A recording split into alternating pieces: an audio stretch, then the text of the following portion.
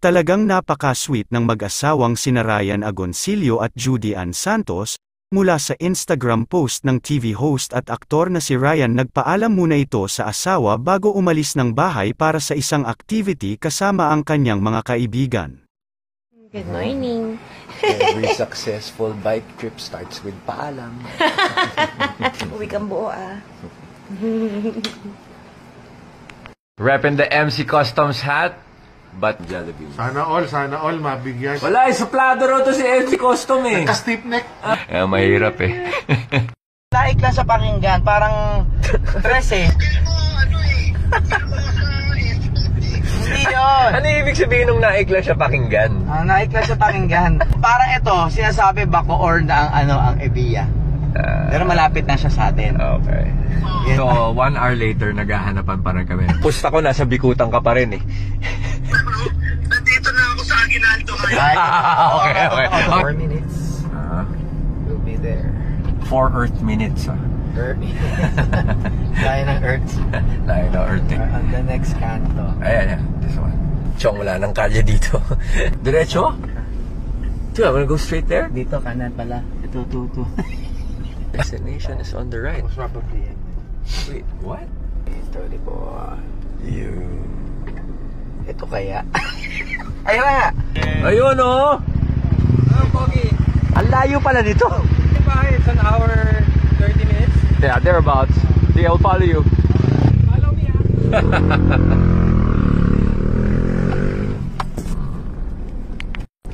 Ooh, that's pretty cool. Look at that. I wonder who came out to play today.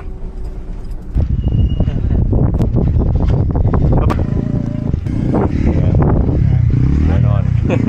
Okay mo na agad.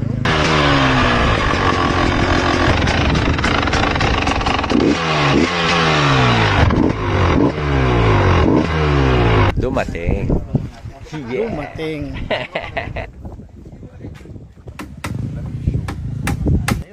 Nasama mo ko sa ganito, alam mo na mga ayoko nito eh. Paalam ka ba sa asawa mo? Oo.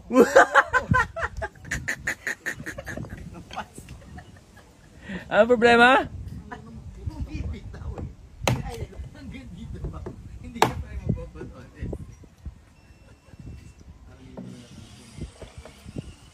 I was able to button and zip my pants, but everything went up.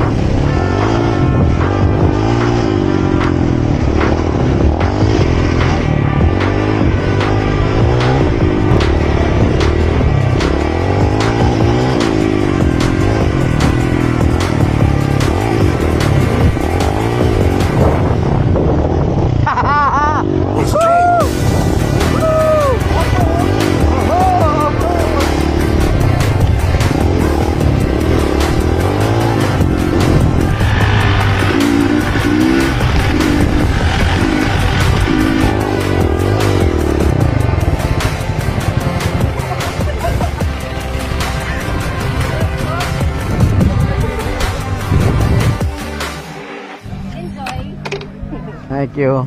Parang toy lang. Oo, salamat. Ang pangit talaga.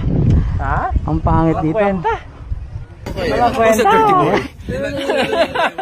Ikaw ang dungis mo. Pag hindi ka madungis, hindi ka nag-enjoy. That was a good one, Tots. A very good one. Okay yung secret spot. Yeah. Pagod ka, boy. Bakit sinasama sa ganito? Ano ko to eh. Wala akong gagawin bukas, pwede pa ako. Yeah, busy.